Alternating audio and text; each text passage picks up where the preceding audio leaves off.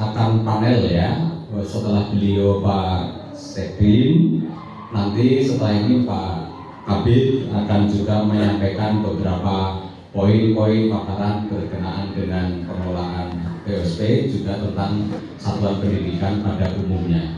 Sebelum Pak Kabid, Pak Suparto menyampaikan, di waktu yang sempit ini saya ingin mengingatkan kembali mengenai pedoman kita di dalam pengelolaan satuan pendidikan yang berkaitan dengan soal pendanaan, bahwa di dalam hal pengelolaan satuan pendidikan yang berkait dengan pendanaan pendidikan, rujukan kita masih sama ya. Regulasi yang kita pakai adalah, yang pertama adalah Peraturan Pemerintah Nomor 48 Tahun 2008 yang telah dirubah dengan Peraturan Pemerintah Nomor 18 Tahun 2022 tentang pendanaan pendidikan. Itu satu, Peraturan Pemerintah 48 2008 yang dirubah dengan Peraturan Pemerintah 18 Tahun 2022 tentang pendanaan pendidikan. Kemudian yang kedua, kita berpegangan kepada Permendikbud Nomor 44 Tahun 2012 tentang pungutan dan sumbangan. Nah,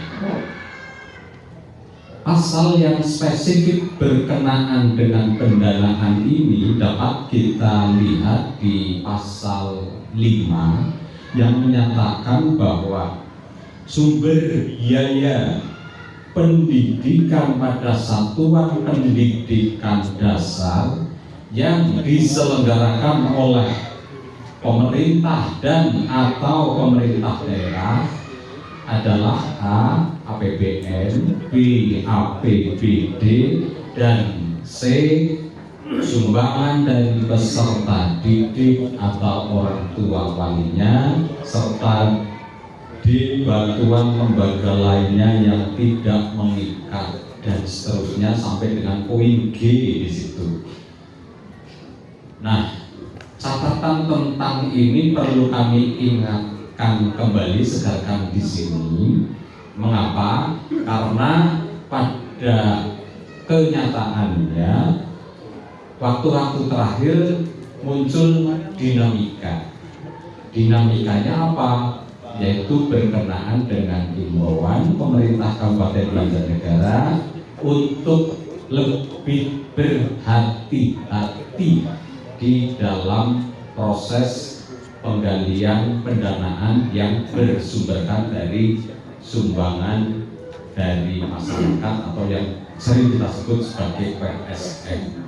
Jadi tidak ada larangan karena regulasinya masih ada, tetapi untuk diminta setiap kepala satuan pendidikan mengambil langkah bijak dan melakukan secara hati-hati agar tidak muncul persoalan di kelak kemudian hari yang berasal itu dari masyarakat.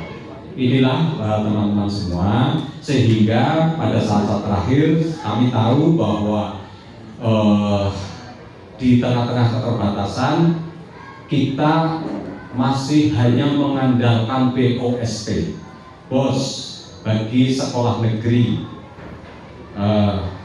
Bersyukurlah kepada teman dari sekolah yang dikelola oleh masyarakat, sekolah swasta dalam hal ini yang di Kawaningrum itu hanya ada berapa SD swasta? Satu ya? Dua. Satu di Karangkobar, SD IT Insan Mulia, dan di Kalibening SD Alimul Hasan. Ya, ada dua satuan pendidikan yang dikelola oleh masyarakat atau yang swasta itu. Bersyukur itu masih bebas, boleh melakukan pemungutan atau pungutan dana masyarakat, karena memang ini adalah pendidikan yang diselenggarakan oleh masyarakat.